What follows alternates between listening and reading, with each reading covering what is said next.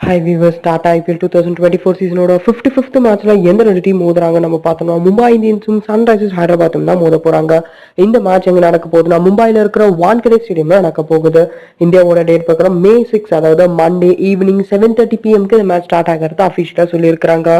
இப்போ நடந்துட்டு இருக்கிற டாடா ஐபிஎல் 2024 சீசனை பொறுத்த வரைக்கும் சன்ரைசர்ஸ் ஹைதராபாத் டீம் 10 மேட்ச்ல 6 மேட்ச் வெற்றி பெற்று பாயிண்ட்ஸ் டேபிள்ல 5th பிளேஸ்ல இருந்துட்டு வராங்க. மும்பை இந்தியன்ஸ் டீம் 11 மேட்ச்ல 3 மேட்ச் மட்டும் வெற்றி பெற்று பாயிண்ட்ஸ் டேபிள்ல 10th பிளேஸ்ல இருந்துட்டு வராங்க.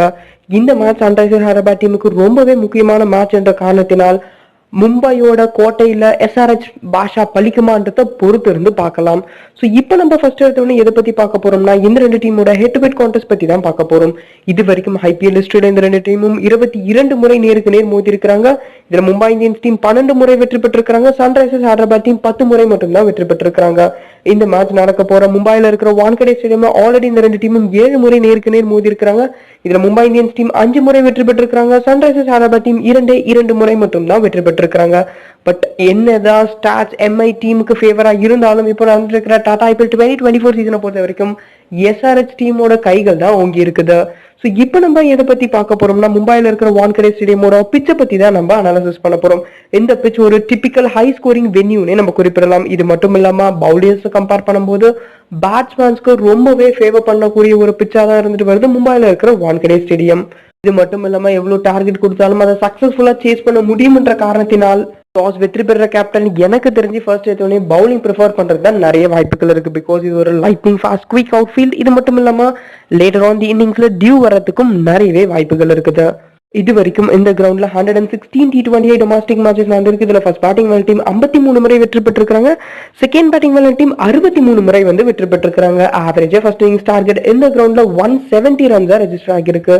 பட் இந்த ரெண்டு டீம் மோதும் போது லாஸ்ட் டைம் 270+ ரன்ஸ் ஸ்கோர் பண்ணி கொடுத்தாங்க. எனக்கு தெரிஞ்ச minimum 200 runs on the board set பண்ணி வைக்கிறதுக்கு நிறையவே வாய்ப்புகள் இருக்குது. ஸோ இப்போ நம்ம இதை பத்தி பார்க்க போறோம். இந்த ரெண்டு டீமோட பாசிபிள் பிளேயிங் லெவல் பத்தி தான் பார்க்க போறோம். இந்த எஸ்ஆர்எச் டீம் பத்தி பார்த்தோம்னா டிராவிஸ் ஹெட் மற்றும் Abhishek Sharma opening wicket partnership கிளம்புறவங்க. இதுக்கப்புறம் Anmolpreet Singh, Heinrich Klaasen, Nitish Reddy, Abdul Samad, Shahbaz Ahmed, Marco Jansen, Pat Cummins, Bhuvneshwar Kumar மற்றும் நடராஜன், இந்த 11 பேர் தான் எஸ்ஆர்எச் டீமுக்காக விளையாடுறதுக்கு நிறைய வாய்ப்புகள் இருக்குது. இதே போல மும்பை இந்தியன்ஸ் டீம் பத்தி பார்த்தோம்னா இஷான் கிஷான் மற்றும் Rohit Sharma opening wicket partnership கிளம்புறவங்க. இதுக்கப்புறம் Suryakumar Yadav, Tilak Varma, Nehal Wadhera, Hardik Pandya, Tim David, Gerald Coetzee, Piyush Chawla, Jasprit Bumrah மற்றும் நுவன் துஷாரா, இந்த 11 பேர் தான் மும்பை இந்தியன்ஸ் டீமுக்காக விளையாடுறதுக்கு நிறைய வாய்ப்புகள் இருக்குது. ஸோ இப்போ நம்ம எதை பத்தி பார்க்க போறோம்னா இந்த ரெண்டு டீமுக்காக இருக்கிற கீ பிளேயர்ஸை பத்தி தான் பார்க்க போறோம். இதை நம்ம எஸ்ஆர்எச் டீம் பத்தி பார்த்தோம்னா அவங்க டீமோட ஓப்பனிங் பேட்ஸ்மேன் ஆகிற Travis Head last time against எம்ஐக்கு அகைன்ஸ்டா சூப்பர்வான ஸ்கோர்ஸ் ஸ்கோர் பண்ணி கொடுத்தாரு. இந்த மாதிரி இருக்கிற காரணத்தினால் இது மட்டும் இல்லாம இப்போதைக்கு சூப்பர்வான ஃபார்ம்ல இருக்கிற காரணத்தினால் தாராளமா நம்ம போத் எஸ்என்ஜியை பொறுத்த வரைக்கும் பிக் பண்ணிக்கலாம். 3 மெம்பர் கான்டெஸ்ட் பொறுத்த வரைக்கும் இவருக்கு நம்ம தாராளமா கேப்டன் ரோலை கொடுத்து வச்சுக்கலாம். மற்ற ஓப்பனிங் பேட்ஸ்மேன் ஆகிற அபிஷேக் சர்மா என்ன பொறுத்த வரைக்கும் நீங்க ஸ்மாலர் லீக் கான்டெஸ்ட்ல மட்டும் பிக் பண்ணிக்கோங்க. ஜிஎல பொறுத்த வரைக்கும் நீங்க 5 to 6 செட் ஆஃப் டீம்ஸ் போடுறீங்கன்னா ஏதாச்சும் 2 செட்ல வர பிக் பண்ணிக்கோங்க. இதுக்கப்புறம் இவங்க டீமோட மிடில் ஆர்டர் பேட்ஸ்மேன் ஆகிற ஹெண்டரிச் கிளாசன் மற்றும் நிதிஷ் ரெட்டியை நம்ம போத் எஸ்என்ஜியில பொறுத்த வரைக்கும் பிக் பண்ணிக்கலாம். பிகாஸ் இப்போ கொஞ்ச நாளாவே 2 பேருமே சூப்பர்வா ரன்ஸ் ஸ்கோர் பண்ணி கொடுக்குறாங்க அவங்க டீமுக்காக. இதனாலதான் நான் அவங்க 2 பேருக்கு ப்ரிஃபரன்ஸ் கொடுக்குறேன். இதே போல அவங்க டீமோட பவுலிங் சைட்ல வந்தீங்கன்னா நடராஜன் மற்றும் பேட் கமின்ஸை பிக் பண்ணிக்கோங்க.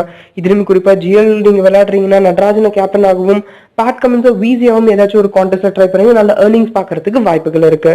இதே போல நம்ம மும்பை இந்தியன்ஸ் டீம் பத்தி பார்த்தோம்னா அவங்க டீமோட முன்னாள் கேப்டனா இருக்கிற ரோஹித் சர்மாவை நம்ம கண்ணை மூடிட்டு பிக் பண்ணிக்கலாம். பிகாஸ் மும்பை பிச்சை பொறுத்த வரைக்கும் அவர் தான் ராஜாவா திகழ்ந்துட்டு இருக்கிறாரு. இது மட்டும் இல்லாம அவங்க டீமுக்காக அதிக ரன்ஸுமே சன்ரைசர்ஸ் ஹைதராபாத் டீமுக்கு அகைன்ஸ்டா ஸ்கோர் பண்ணி கொடுத்த வரிசையிலும் ஃபர்ஸ்ட் பிளேஸ்ல இருக்கிற காரணத்தினால் தாராளமா போத் எஸ்என்ஜியில பொறுத்த வரைக்கும் அவரை நம்ம பிக் பண்ணிக்கலாம். ஜிஎல்ல ஏதாச்சும் ஒரு செட்ல அவருக்கு விசி ரோல் கொடுத்து வச்சுக்கலாம். இதுக்கப்புறம் அவங்க டீமோட மிடில் ஆர்டர் பேட்ஸ்மேனா இருக்கிற திலக் வர்மா மற்றும் சூரியகுமார் யாதவ நம்ம தாராளமா பிக் பண்ணிக்கலாம். எனக்கு தெரிஞ்சு ஜிஎல் கான்டெஸ்ட் பொறுத்த வரைக்கும் சூரியகுமார் யாதவ் பிக் பண்ணிக்கோங்க. 3 மெம்பர் ஒரு ஹெட் டு ஹெட் கான்டெஸ்ட் விளையாடுறீங்கன்னா திலக் வர்மாவை பிக் பண்ணிக்கோங்க. இதுக்கப்புறமா அவங்க டீமோட ஆல்ரவுண்டர் சைட்ல வந்தீங்கன்னா அவங்க டீமோட கேப்டன் இருக்கிற ஹர்திக் பாண்டியா பிக் பண்ணிக்கோங்க. பிகாஸ் இப்போ ரீசன்ட் டேஸ்ல அட்லீஸ்ட் 1 or 2 விக்கெட்ஸ் கண்டிப்பா அவங்க டீமுக்காக பிக் பண்ணி கொடுக்குறாரு. இது மட்டும் இல்லாம தேவையான நேரத்துல ரன்ஸும் ஸ்கோர் பண்ணி கொடுக்குற காரணத்தினால் பை டிஃபால்ட் எல்லா கான்டெஸ்ட்டுமே நம்ம ஹர்திக் பாண்டியாவை பிக் பண்ணிக்கலாம். இதுக்கப்புறம் ஃபைனலா பவுலிங் சைட்ல வந்தோம்னா ஜஸ்பிரித் பும்ரா மற்றும் நுவன் துஷாராவை பிக் பண்ணிக்கலாம். ஜஸ்பிரிட் பும்ரா இப்போதைக்கு லீடிங் விக்கெட் டேக்கர் அவங்க டீமுக்காக இருந்துட்டு வராரு. இது மட்டும் இல்லாம மும்பை பிச்சில் ஒரு ஊறப்பட்ட விக்கெட்ஸுமே வெளுத்தி கொடுத்திருக்காரு. இந்த எக்ஸ்பீரியன்ஸ் காரணமா நம்ம தாராளமா போத் ஜிஎல்என் எஸ்எல் பொறுத்த வரைக்கும் அவரை பிக் பண்ணிக்கலாம். 3 மெம்பர் கான்டெஸ்ட் பொறுத்த வரைக்கும் ஏதாச்சும் ஒரு டீம்ல அவருக்கு நீங்க கேப்டன் ரோலே கொடுத்து வச்சுக்கலாம்.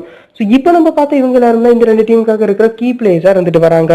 ஸோ இப்போ உங்களுக்கு ஸ்லைடை ஷோ பண்ணிட்டு இருக்கிற இந்த 2 செட் ஆஃப் டீம்ஸுமே இப்போ வரைக்கும் கிடைச்ச அப்டேட்டான நியூஸை வச்சு தான் நான் வந்து ஷோகேஸ் பண்றேன். இன்னும் உங்களுக்கு அக்யூரேட்டான டீம்ஸ் வேணும்னா மறக்காம டிஸ்கிரிப்ஷன்ல கொடுத்துருக்கிற நம்மளோட டெலிகிராம் சேனலை வந்து ஜாயின் பண்ணிக்கோங்க. பிகாஸ் போஸ்ட் டாஸ் நம்ம பிளே பண்ற டீம் எல்லாத்தையுமே நான் அதில் தான் போஸ்ட் பண்ணுவேன். ஸோ மறக்காம நீங்க எல்லாரும் வந்து ஜாயின் பண்ணிக்கோங்க நிறைய பெனிஃபிட்ஸ் அடையிறதுக்கு.